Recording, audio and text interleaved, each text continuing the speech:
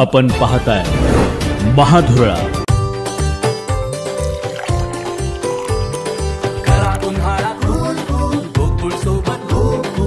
गोकुळ सोबत गोकुल.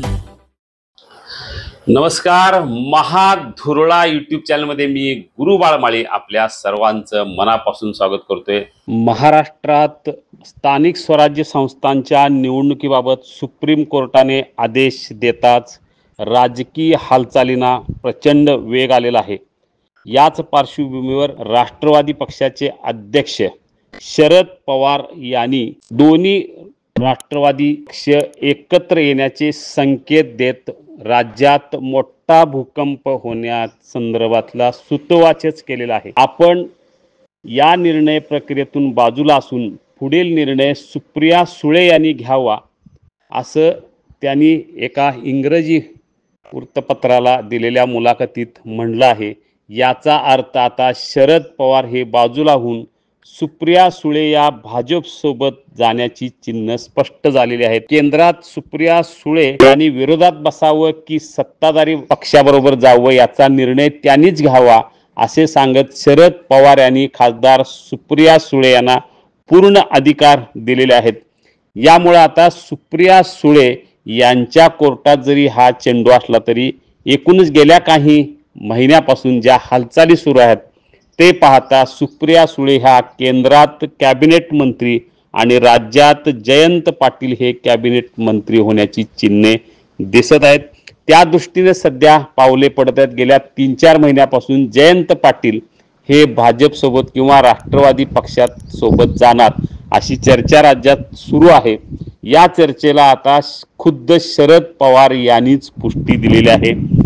कारण राष्ट्रवादी पक्षातले अनेक नेते हे अजित पवार यांच्या सोबत जाऊया असा आग्रह धरत असल्याची कबुली शरद पवार यांनी दिलेली आहे. अतिशय कमी लोक असं आहेत की त्यांना आपलं अस्तित्व वेगळं आणि कायम ठेवायचं आहे. पण अधिक मागणी अशी आहे की अजित पवार यांच्या सोबत जाण्यासंदर्भात किंवा सत्ताधारी असलेल्या भाजप सोबत जाण्यासंदर्भात आग्रह वाढलेला आहे.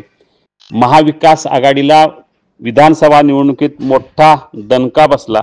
त्यामुळे आता विरोधात बसून विकास कामं होणार नाहीत याची जाणीव झाल्यानं राष्ट्रवादी शरद पवार गटातीलच अनेक नेत्यांनी आता अजित पवारांच्या सोबत किंवा भाजप सोबत जाण्याचा आग्रह धरलेला आहे. आणि या सगळ्या पार्श्वभूमीवर शरद पवार यांनी थेट आता संकेतच दिले आहेत की अजित पवार यांच्या बरोबरच जाण्याचे आणि त्याचे अधिकारही त्यांनी सुप्रिया सुळे यांना दिलेले आहेत. त्यामुळे येत्या काही दिवसात राष्ट्रवादी पक्ष एकच राहील, 2 राहणार नाहीत किंवा शरद पवार यांचा जो गट आहे तो थेट अजित पवार यांच्याबरोबर जाईल किंवा भाजप सोबत जाईल अशी चिन्हे दिसत आहेत. यामुळे आता केंद्रात राष्ट्रवादी शरद पवार गटाला एक कॅबिनेट मंत्रीपद आणि राज्यातही कॅबिनेट मंत्रीपद मिळण्याची चिन्हे आहेत. या सगळ्या पार्श्वभूमीवर आता स्थानिक स्वराज्य संस्थांच्या निवडणुकीचा बिगुल वाजलेला आहे. यामुळे आता एकूणच राष्ट्रवादी शरद पवार गटच आता विलिनीकरणाच्या दिशेने जात असल्यामुळं महाराष्ट्रात आता नवा भूकंप होणार हे नक्की आहे. यामुळे मात्र काँग्रेस आणि उद्धव ठाकरे गट एकाठी पडणार. कारण इंडिया आघाडी सध्या विस्कटलेली आहे याचीही कबुली शरद पवार यांनी दिलेली आहे. एकूणच देशभरात इंडिया आघाडीचं एकूण जी काय घडी आहे ती विस्कटलेली आहे.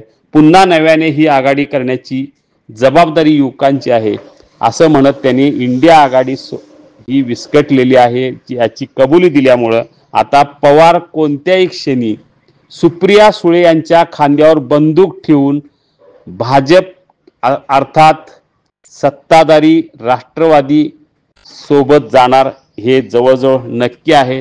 या संदर्भातला भूकंप लवकरच होणार हे सुद्धा निश्चित आहे.